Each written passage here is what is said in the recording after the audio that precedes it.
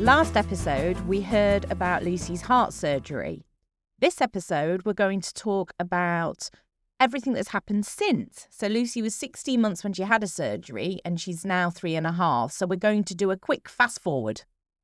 Right. Okay. With Craig. With me. Hello, everybody.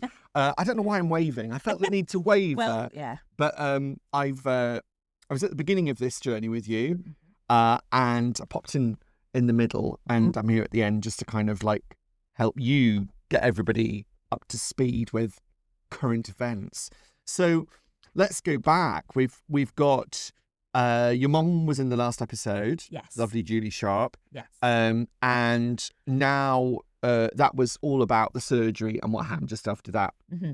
So tell us about the recovery and how well that went, and any hiccups or anything like that. So we brought Lucy home, I think it was 6 days post-surgery, and we were terrified of picking her up. They kept talking about the fact that we could burst her stitches if we picked her up the wrong way.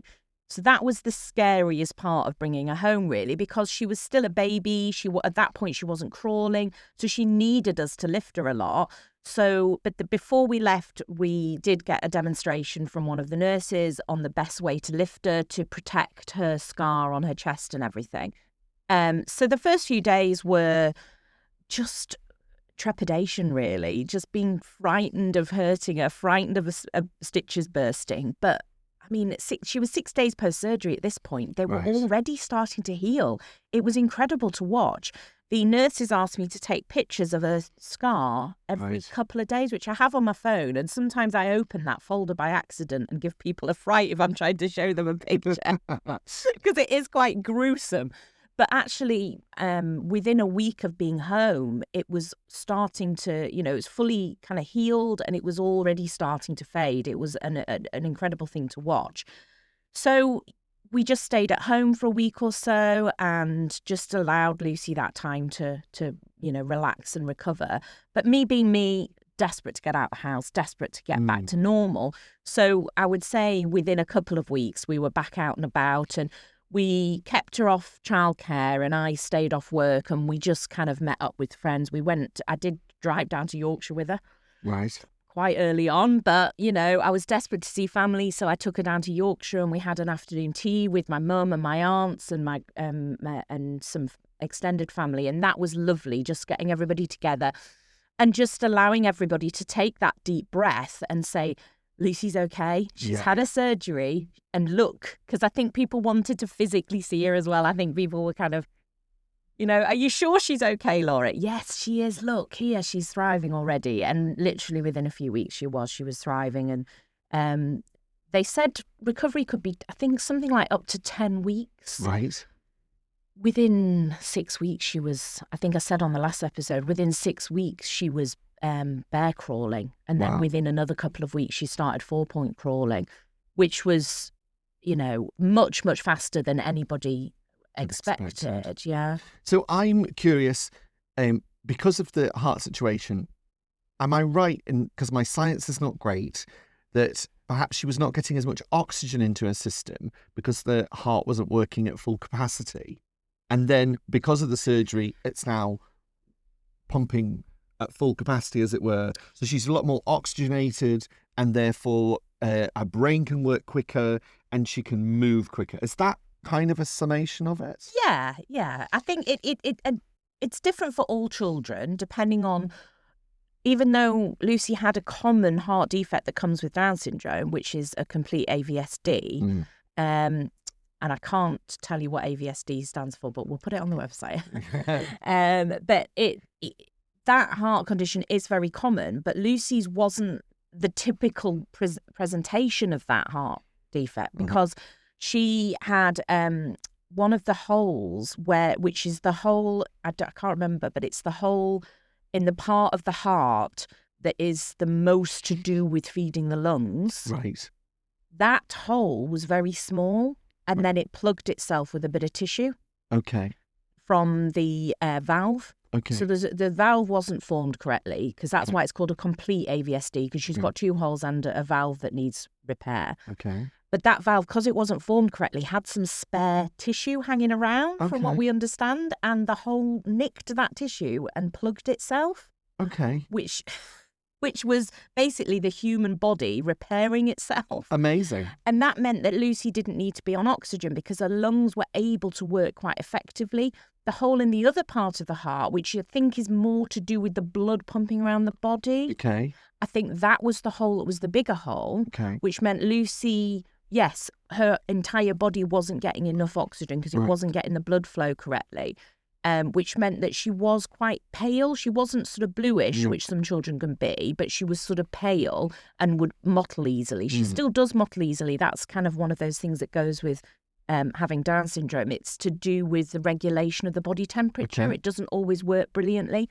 So she does mottle easily, but she was mottling more before she had a heart surgery. But I think we were lucky in the fact that that hole that was linked to the lungs wasn't very big and then plugged itself, because that meant she never needed the oxygen, which a lot of children do need. And yeah, post-repair, she was just a ball of energy, and still is now, isn't she? She is absolutely a ball of energy. Never stops. And she just looks like any other healthy kid. Yeah. Really. Yeah, you wouldn't know. I mean, you can see there's like a tiny little, I mean, the top of a scar actually formed a heart, which is very cute. And that, you can spot that if she's wearing certain clothes. And some people do kind of go like, oh, because it is quite it's an obvious scar. But yeah, if you didn't see that, you would never know that she'd needed heart surgery or had heart surgery. She was 16 months when she had that. When she had the surgery. And then when did she attend like preschool? When did that sort of happen? She was already at childminders before a surgery. So we just kept her off childminders while she had a surgery and for a month or so after. But I think we both kind of got back to normal. So she had a surgery at the beginning of January 2023, and we were both kind of ready to get back to normal after 8 weeks. So it was sometime in the March. Right. Lucy went back to childminders and I went back to work. Okay. Probably too soon for me personally. Mm-hmm. Lucy was fine. Yeah. Lucy was ready to go back to childminders. She was bored being at home with me. Right. She missed her friends at childminders. She was ready. So she went back. I tried to go back to work, let's say. I don't think it's fair to say I went back to work because I may have been there in body, but I was not there in mind. Right. And my mum, still holding the other baby of the business, had to continue to do that for me because I had a lot to process after Lucy's heart surgery. Even though we knew it was going to be happening, even though it went pretty smoothly, even though her recovery was great, I still had a lot to process and I needed some time to do that. And I went and sought, found myself some counselling and worked on that so that I was more able to be present and be able to work and be there for Lucy and John as well and, get myself back to normal, really.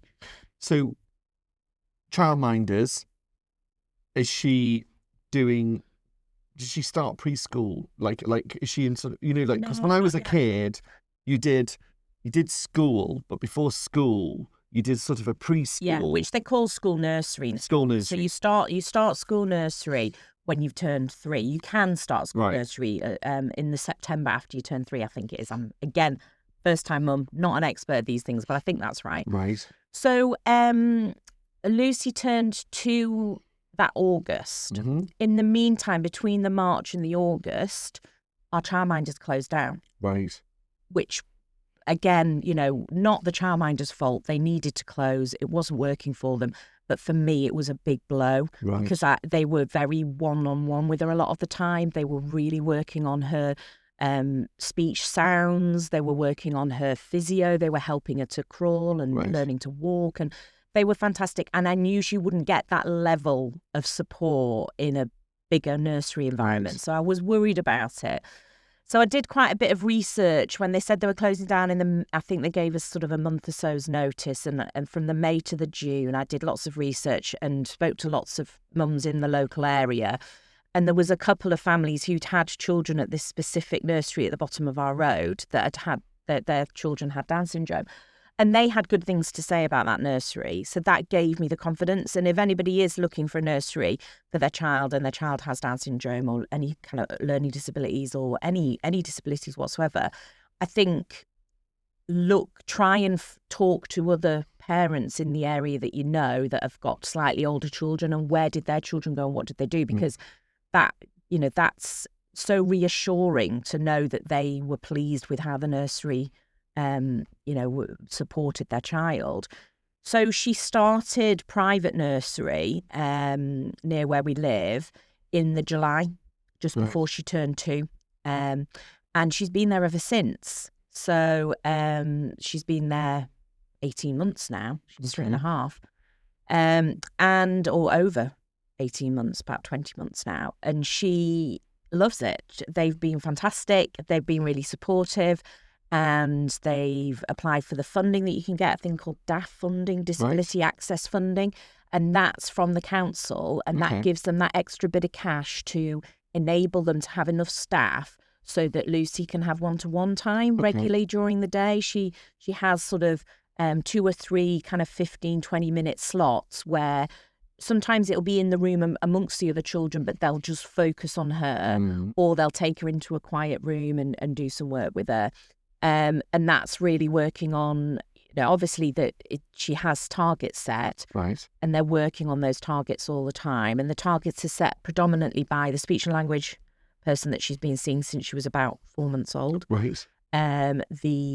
What most of the country call portage person, who in Newcastle is called a SENDOS person, which is Send Outreach Service. I don't know why we call them something different in Newcastle, but she does the same as a portage worker would do, which is learning through play.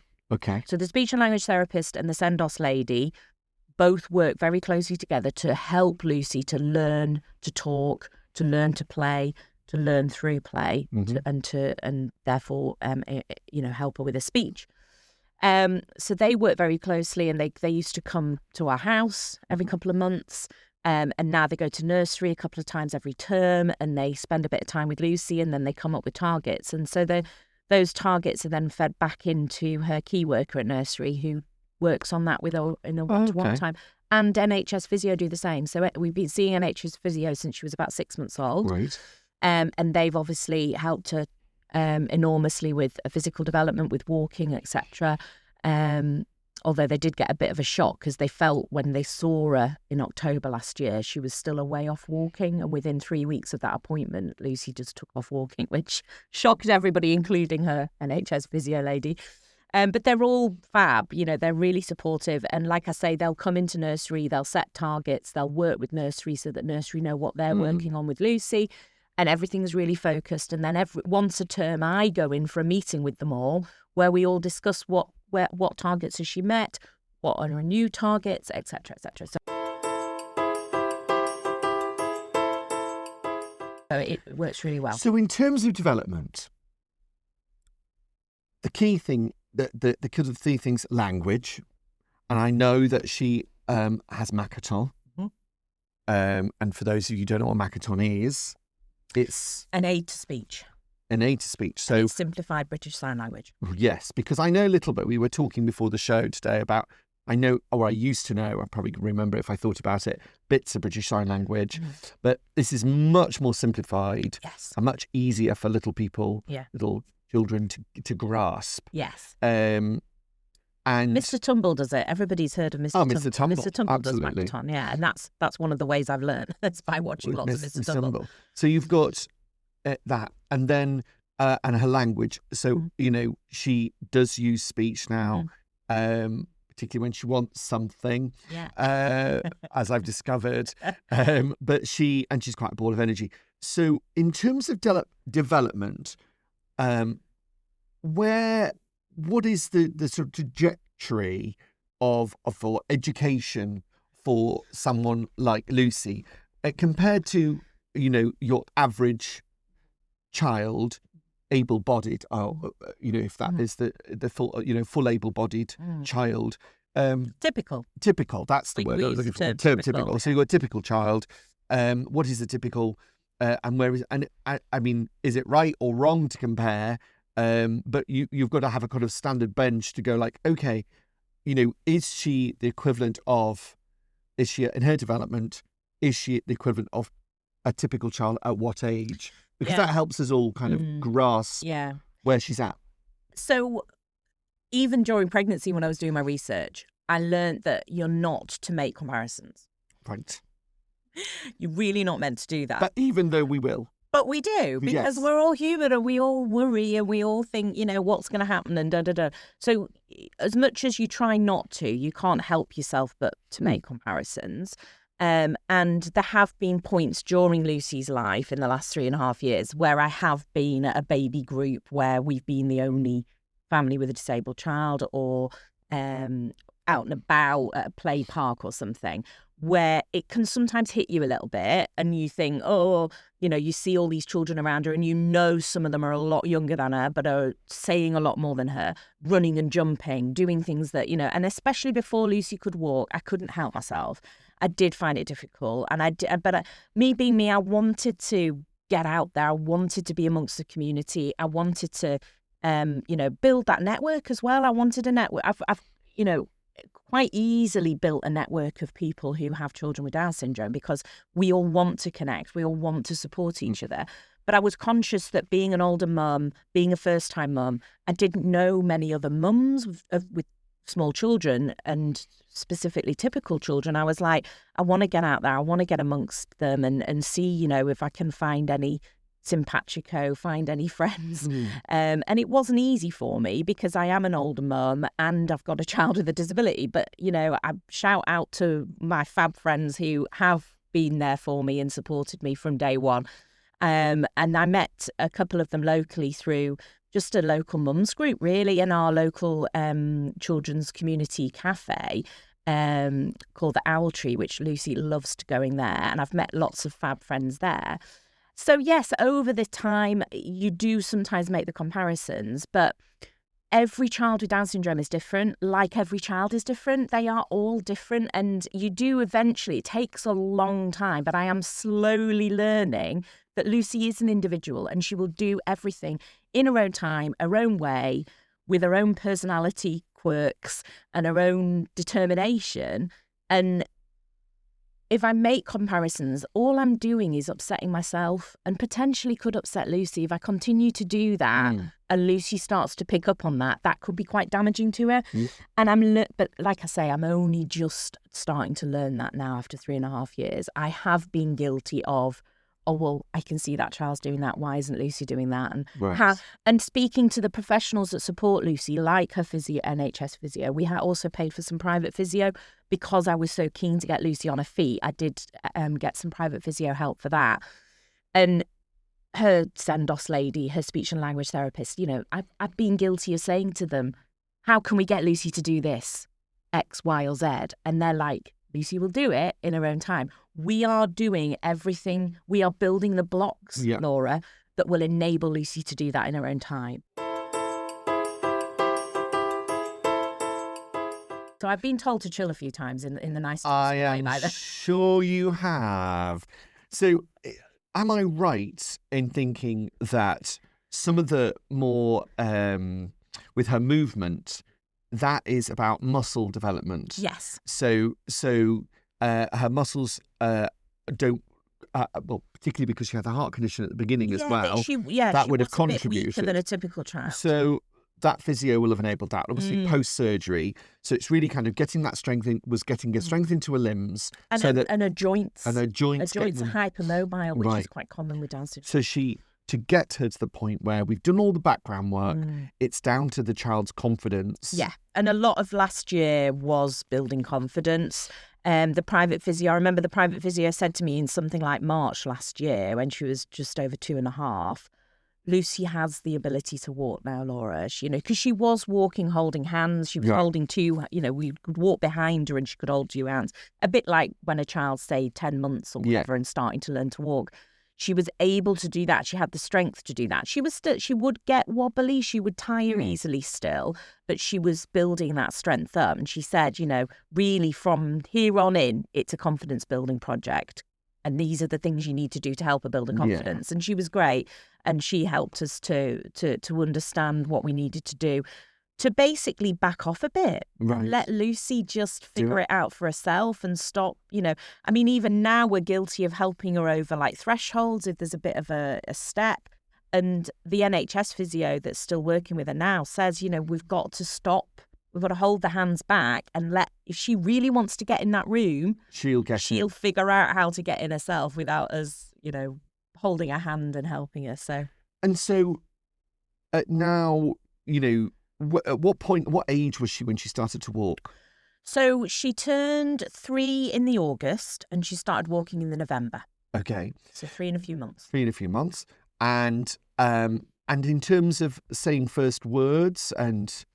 So probably because I'm a chatterbox, Lucy's speech did come quite quick. Stop rolling your eyes. Because I just know you, Laura. I just know you. And I was like, I love the understatement of the show. I'm a bit of a chatterbox. Bit of a chatterbox. Bit of a chatterbox, yes. So Lucy and I did baby signing classes together from quite early on. I started taking her to those when she was about, I think, 8 or 9 months old. And we stayed with them for a good year or so. And every term there were 10-week terms, and we counted to 10, and we learnt lots of different signs to do with animals, to do with playing in the park, to do... The lady Lee that runs the classes in Brunton Park is called Communikids. A little shout out to Lee. She is a brilliant teacher, and she helped Lucy and I learn Makaton. And I did feel a bit like, why are we doing this? Because she's not... To start with, she wasn't doing the signs. I was doing all the signs and Lucy was just watching me, probably a bit bewildered, like, why is Mum doing all this stuff?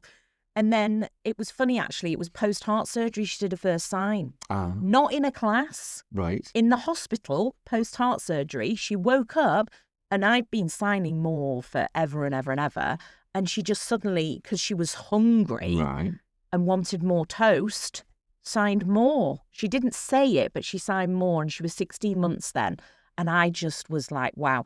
And the trajectory of the signing from that point was incredible. Wow. Within 2 or 3 weeks, she seemed to be signing 5 or 6 signs easily. She was doing food, she was doing drink, she was doing loads of different signs.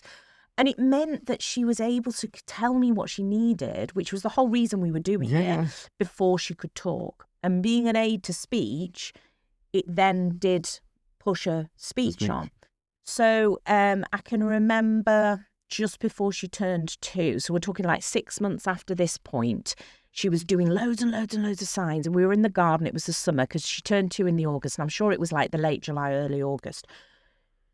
I think I was singing Twinkle, Twinkle, Little Star or something to her in the garden. She just suddenly did the sign for star and said star.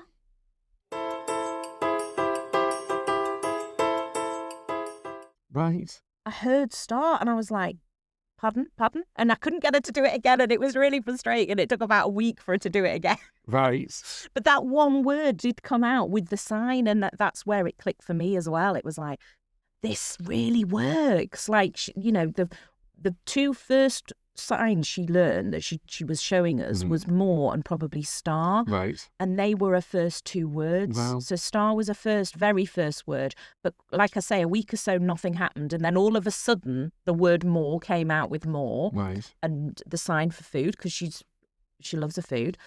She's the little foodie adventurer, as we call her on Instagram. Indeed. She has her own Instagram. And those words came, and they were the first signs. So then I realised, as her speech started to develop, it was all in line with the signs that she learned. So the first few signs she learned were the first few words she spoke. And it was just incredible and fantastic, and made me, all those hours of watching Mr. Tumble and watching the lovely Singing Hands ladies. Another shout out to the Singing Hands ladies who come up through Down Syndrome Northeast and do a show for us every year, because Caroline Turner, that you met on an earlier episode, she organises for the Singing Hands ladies to come up. And the kids love those shows. So the Singing Hands ladies do lots of Makaton signing to lots of different songs. So they do it to lots of nursery rhymes, but they also do it to pop songs. So it enables the children to stay with them right through as they're learning to talk. And, and they want... So Lucy still loves her nursery rhymes. She's 3.5. Right. But I can see in a couple of years' time, knowing the way she is with music and dance and stuff, she's going to get more into the pop songs. Indeed. And the fact that they do those is great.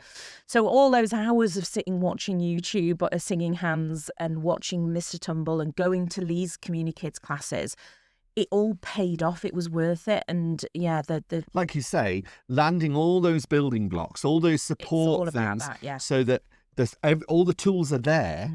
It's just her having the right moment in her development, in her inner self, having that confidence to do it. Yeah. And she does. Yeah. So, looking forward, you know, at some point she's going to go into school. Sorry, yes, you were asking me about nursery and school and stuff, weren't you? So we kept Lucy in private nursery the year that she could have been in school nursery because she was so well settled, and she still felt, because she's an August baby at 3, she felt very young to go into a school environment because she would have been 3 in like 2 weeks. Right. When she would have gone into school nursery. So we kept her in private nursery, and then we've continued to do that really by holding her back a year. Okay. So when she turns 4 this August, she should be starting reception. Okay. Which I think probably is a bit like your preschool that you were talking about. Well, when I was different myself, I started, a lot of kids started school probably 5. Yeah. But when I was a boy, I started at 4. Well, they do now to start reception at 4. They can do school nursery from 3, reception from 4, and year 1 is 5. Yeah, so I did. That's kind of roughly maybe my year 1 primary. I was 4. Wow. So I did it. I was a bit ahead. Yeah. Well, Lucy's what we've decided to do for Lucy with her being an August baby and having Down syndrome, it was kind of a no-brainer to hold her back a year. So instead of starting reception in September, she's going to start nursery, school nursery in September. So she gets used to the school environment before she goes into reception. She has a year in school, but it's a nursery year where, again, she gets that opportunity to develop her language more and develop her, I mean, she's already counting 1 to 5, no bother. She absolutely loves, nursery rhymes with counting in. So she's counting 1 to 5, which the lady from the school she's going to that came to one of the meetings at nursery recently was a bit like, wow, you're doing our job for us. Like, she's going to be ahead of some of the, the other kids in nursery. But that's why we do it. So the charity that I talked about in a previous episode, Positive About Down Syndrome, they're a national charity, and they have specific Facebook groups for the stage you're in. The stage you're at, they also do what's called PEGS, which is, I can't remember what it stands for, but it's to do with early development learning. So it's basically like a kind of carbon copy of what Lucy Sendos, Portage, and speech and language therapists have done with her from birth. So that from a few months old. It's lots of videos that show you how to help your child build those building blocks with lots of focus on language and numbers and things like that, and whose turn is it, and memory games and lots of things like that help our children to learn. They provide that in an online way. So, because there are parts of the country where they're not as lucky as us, where it's a fight for them to get that Portage help or get that speech and language therapist help. We're very lucky in Newcastle. It's a very well-organised, well-oiled system that does, as long as you get those referrals early on through your paediatrician, you'll get that support in place early on, and you'll be doing a lot of the stuff that Positive About Down Syndrome help people with. We were doing it in real life as well as I did it online as well. So I watched the videos and learned how to help Lucy myself. And that's all the building blocks that enable her when she starts school nursery in September, she'll be in a similar place to the other kids around her that are actually going to be a year younger than her. Right. But she'll be in a similar place to them. Oh, okay. So that's that makes why sense. I'm holding her back. Because she's roughly, so at the moment she's just over 3.5.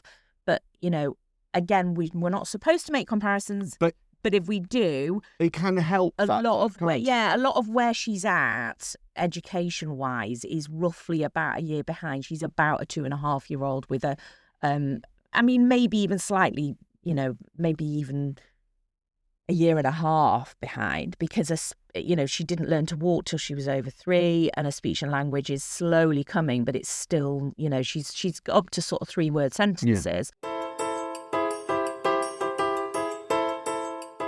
So the idea is that you would put her into mainstream school. So it's a funny one. We were very kind of in two minds about mainstream or special needs school. And as with a lot of things, a lot of decision making, we talk to each other. John and I talk to each other about it, and we might talk to family and friends. But a lot of people are a bit like, don't know. You kind of need to go. That's why we're very lucky we have those professionals. They're the people we go to say, we're not sure what to do here. What do you think? And sometimes they have to. They're not allowed to give their opinion, and they're not allowed to guide you or push you in a direction. But they are able to talk it. They're quite happy to talk it through with you. And actually, if I think back to the conversations I was having with them, they were leading me to putting Lucy in mainstream, but allowing me to make that decision, or John and I to make that decision for ourselves. Because the question would be, if you put a child in an environment, I'll rephrase it. If you put a child in an environment with similar children with the similar kind of health conditions, would she thrive? Or if she is put in mainstream, is she going to be somewhat provoked developmentally by those other kids who will run faster, and actually will that elevate her and push her forward? And I might be on the side of the latter. I'd be like, actually, if I put her in school, mainstream school with, she's going to be coming up for 4, developmentally, and I put her in, so she might be 5, but she's in with 4-year-olds. So, but developmentally, they're all about the same parity, the same age. She may then be able to thrive and grow with them and move faster than if you put her in with children with similar conditions.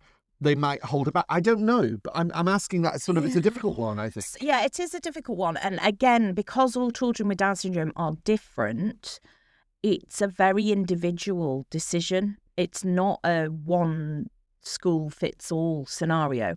So Lucy is a child who likes to copy. Right.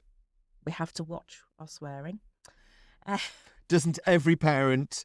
I mean, usually it's the first word is the first words might be like mummy or star or whatever, but sometimes third or fourth might be a swear. Yeah. And as much as that can be quite hilarious at times, we have to suppress our laughter because we don't wish to encourage them. No, it's not ideal. So she likes to emulate people around her. She likes to build relationships. She likes to make people laugh. She likes to, now she's able to say people's names. She was, able to shout your name quite a lot. She knows my name, yes. So, she's a sociable little girl and she likes to copy.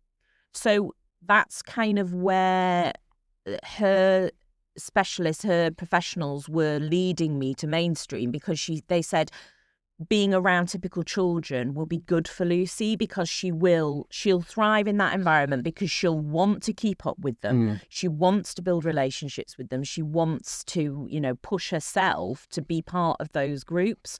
Whereas there are children, that can be very similar to Lucy in a lot of ways, but don't have that interest. And putting them in that environment will actually make them withdraw and be quieter and not enjoy that environment. Therefore, a certain type of special school might be better for that child. And then you have children who just don't. Sometimes I'm sure Caroline and I did discuss this on an earlier episode. Her son Leo has a dual diagnosis with autism, and that means that the interaction with those around them is much less. Therefore, they're better to be in another type of special school where they get a lot more one-to-one, because that's where they thrive, in that kind of one-to-one environment with an adult, as opposed to around other children where they might become overwhelmed or whatever. So, like I say, all children are different. And the great thing is, you might not feel like it when you start thinking about schools, but there are loads of different types of schools that all have very different specialities. Okay. So we've picked a mainstream school that is a very SEN-friendly mainstream school. Okay. So they have a lot of SEN children already. They have a full-time SEN coordinator who is fabulous. And we are very lucky that we have that on our doorstep. And again, you know, some people have to travel to find those types of schools. But it's worth it, because in the long run, it is about finding the right environment for your child, and you do have to put the legwork in that. We did see quite a few different schools in our local area, and that one just shone out for us. Right. And it may have not for another parent of another child who has SEN.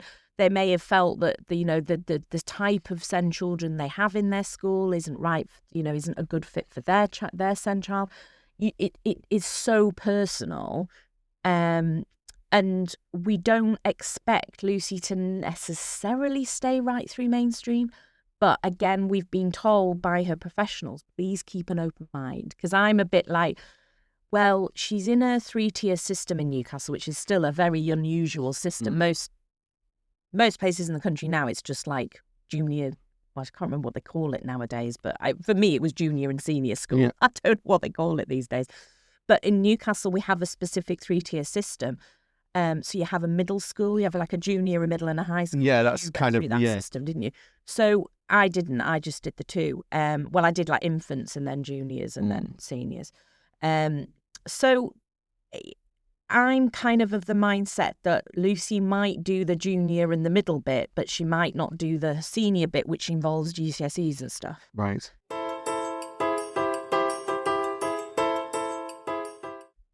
But I've been told if she makes a really good group of friends that she's moving through that system with, and they are supporting her, and she's got the right support in place to be able to learn, don't be closed-minded, Laura. No. Don't just automatically assume you're going to move her to a SEN school at a certain point. Just let Lucy guide you. Let Lucy show you and tell you. Because we're in a lucky position that we should be able to get that from Lucy. We should be able to get that feedback. She'll tell you. And I've got friends who have been in that situation where they've got started in mainstream, and then they've come and said, I'm struggling, and they've chosen a SEN school, and that child is absolutely thriving in that SEN school now because they went round the SEN schools and picked the one that they felt was right for their for their child. So it is, it's about what works for that child, and that child will tell you. And in specifically with Lucy. Mm-hmm. Being a social child, being gregarious and out there like her parents, very much like her parents, she will, it seems to me, thrive because of that. And so, get her into mainstream and let her fly with it. And, she's, my impression of her is that just like a typical child plays one parent against the other, those traits that you find with typical children are very typical with Lucy. Yes. So I can see already that whilst, she's slower on the developmental wheel at the moment, but once she's in with the right developmental age group, which is what you're doing really smartly, I think, that she should fly. Yeah, hopefully she will, yeah. There might be a block later on, but meet that block, build a bridge over it, and you just keep, there's a new thing, and on it goes. So, the future. So, we have a 3.5-year-old who is very active. Here's a question I have for you. Diet-wise, what do you feed her? I mean, is there any... Do you think I'm just giving her spinach or something? I don't know. She never stops. She never stops. I feel like, she's on something because she's a dynamo. So is there something, with children with Down syndrome and maybe other conditions? Is there, are they just fed just like any other kid? Is it still, they still get their funny shaped pizzas and their, are they still, do they eat what normal kids eat? And then that sounds like not me being strange about it, but because she has developmental or has had developmental situations where you go, well, actually, we have to keep her on a special diet, or she's got allergies, or she's got other that haven't really been at the forefront. But now, because a lot of the other things have been fixed, that she's now got like, well, actually, she's, lactose intolerant, and she's this and she's that and the other. So intolerances for children with Down syndrome can be quite common. One of the lactose intolerance, funnily enough, is quite a common one. But that's very quickly established when they're babies because of the milk. But one of the things that's really interesting is, of course, more than 80% of the world's human population is lactose intolerant. Being lactose tolerant is very, very specific to the northern hemisphere, and particularly with Caucasians. Yes, well, I am. I'm lactose intolerant. I still eat lots of cheese and regret it. I have lactose-free milk. I have oat milk, things like that. And I don't tend to have a lot of cream because, and Lucy's a bit the same. So she coped okay with the milk, but that's one of the reasons we talked in an earlier episode about weaning, and we started her on probiotics very young, because that was, again, recommended through Positive About Down syndrome, that they are doing studies and looking at these things because children with Down syndrome, they think, are born with a slightly dodgy gut flora. Okay. Dodgy is probably a terrible word to use, but I don't know when. Compromised. Yeah, potentially. Potentially compromised gut flora. So probiotics help with that from early on. And I think because we use them, and she took herself off milk quite young. John hates milk. I don't drink milk. It was weird. It was like there was no reason for her to know any of that, but it was almost like she knew, because she stopped wanting to drink it from quite early on in the weaning process. But we were lucky with weaning. It was, again, like with everything with Lucy, it felt in the first couple of months like we weren't making any progress. Right. She wasn't enjoying it. We weren't enjoying it. Not a lot was happening. She was kind of only really eating the porridge, but she wasn't eating a lot of the purees. She wasn't getting a lot of fruit and veg in her, and I was panicking all the time, thinking this isn't working. And it was, again, the professionals and lots of friends and family kept saying to me, take a step back. You're trying too hard, Laura. Which, again, is a running theme. But that's fine. It's part of your personality. Go on. Yeah, so I took a step back, and I was good. And I think there was a point about 2 months in where I was really stressed. And I was advised by lots of people, just take a step back. Maybe just start again. Start from scratch. And try not putting so much pressure on Lucy. Allow Lucy time to discover what she does and doesn't like. Because like any child, she does have kind of preferences. Right. But it turned out really what she wanted to do was do it herself, which, again, is a running theme with Lucy, that she didn't want to be fed with this spoon shoved in her face. Okay. She wanted to take the spoon off you and do it herself. But because she was little and her coordination wasn't great, that was quite stressful and quite messy. Okay. But we had to just get the plastic mats on the floor. Uh-huh. We got a fantastic thing, which lots of mums have asked me about over the years when they've seen pictures of Lucy's high chair. We got this thing called a catchy that was just a plastic tray. I mean, I wish I'd thought of inventing it. The company must be making fortunes. It goes on any high chair on the legs and catches the food as it drops. Wow. So instead of cleaning the floor, you're just cleaning this plastic ledge thing. Wow. With a cloth, and you don't bend down as much because it's higher up. Oh, okay. It's just brilliant. And getting things like that in place, we just put it on the tray and stepped away. Aha! Got out the way and let Lucy get on with it. And actually, that's why Lucy is called the Little Foodie Adventure on Instagram. Because once we did that, and once she got what was happening, and once she was able to pick different things off the plate and figure out what she did and didn't like, she just ran with it. Okay. And there was no stopping her. And she eats pretty much anything. She weirdly doesn't like pears, and I don't like pears. Again, she's got no idea I don't like pears, other than the fact we don't have them in the house. Okay. But at nursery, I know for a lot of parents, nursery updates on food is really stressful. It's how much have they eaten today? Did they try any of the new food? Did they eat any veg? Did they eat any fruit?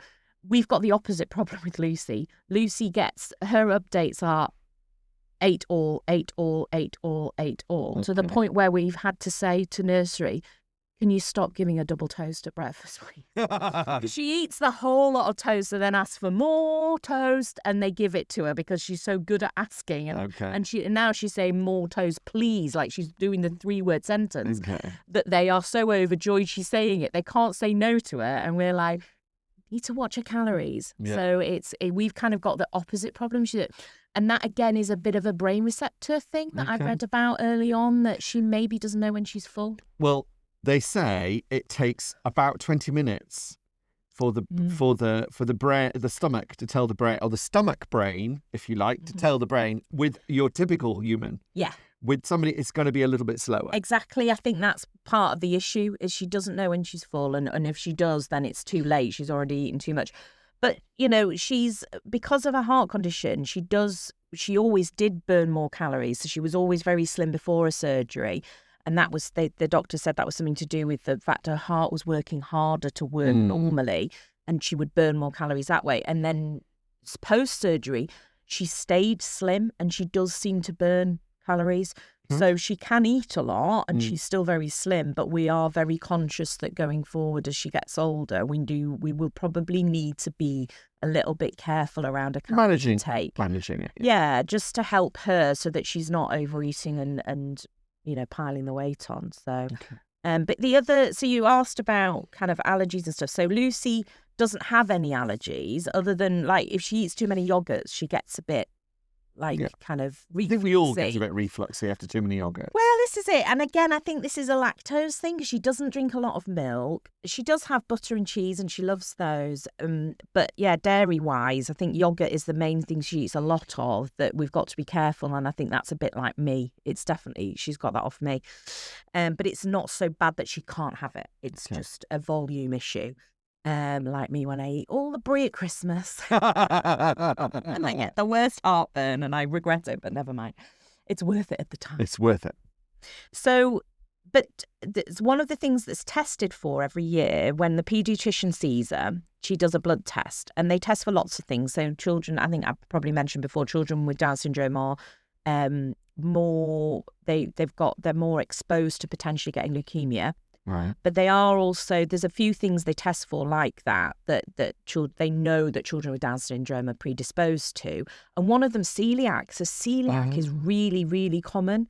Okay. And thyroid issues as well. So they test their thyroids, because a lot of children have weight issues as they get older, and that's often linked to their thyroid not working properly. So if anything, we think Lucy's levels are always like as if she's not got hyperthyroidism. Her thyroid isn't overworking, but it could, I think, in the future, and that kind of makes sense with how slim she is and how she burns her calories and stuff. Whereas if your thyroid's not working and it's slow, then you put weight on, don't you? And I think the drugs they give you to do with it don't help with your weight. I don't think. I'm not sure. I don't know a huge amount about it, but I know it's a common thing that they test for every year. And celiac's another one. Wow. So there are, down the line, there are bridges that you may have to cross. You need to keep an eye on, and there are things that some families are already dealing with that it's already come up, and it's already, an issue for them. And it's, but the good thing is nowadays, at least you can go out for meals, and people are a lot more tolerant of intolerances in restaurants and cafes and things, which, I think 15, 20 years ago, would have been a lot more challenging. Right.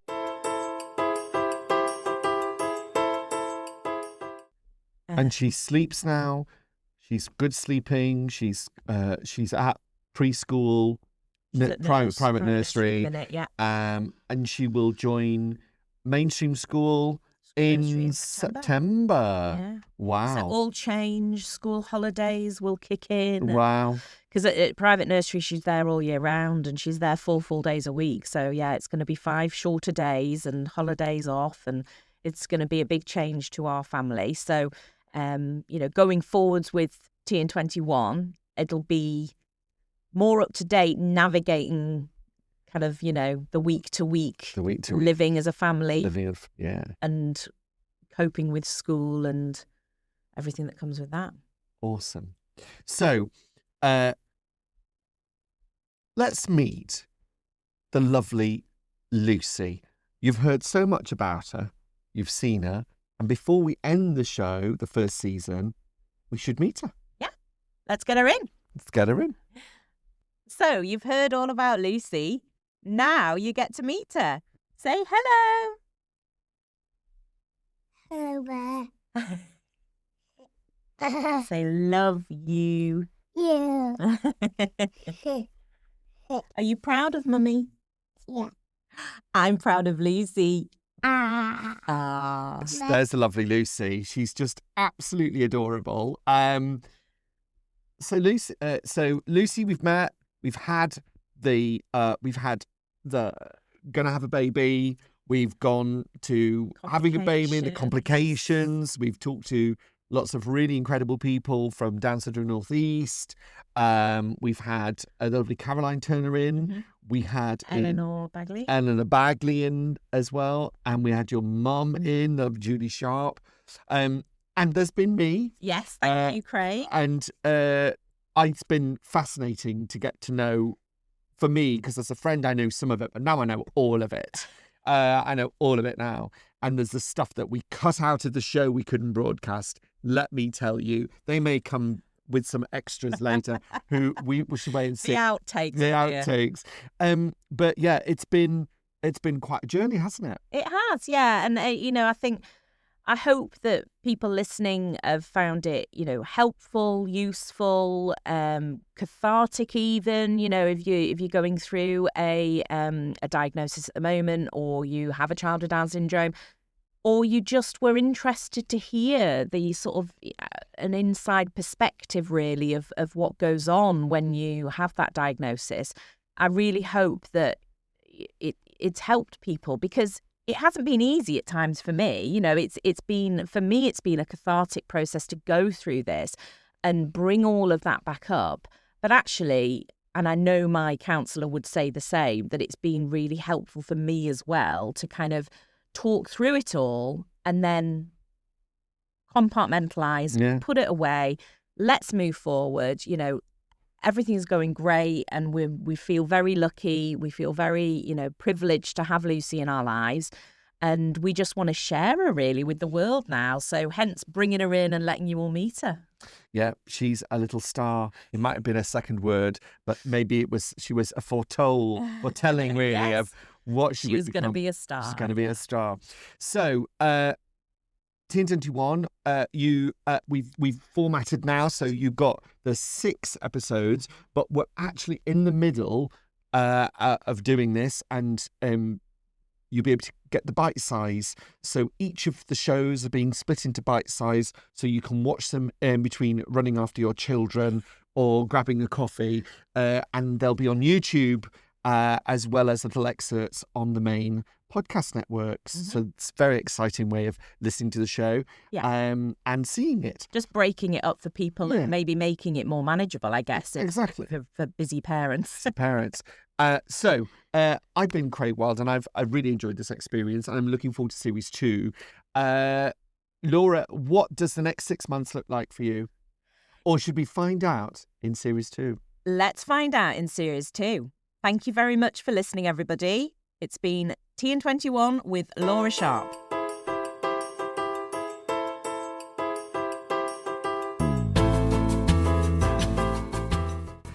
Done it. Well done. Oh, well done, hon. That was great. That's it? Yeah. Wow. 6 in the bag. Thank you, Craig.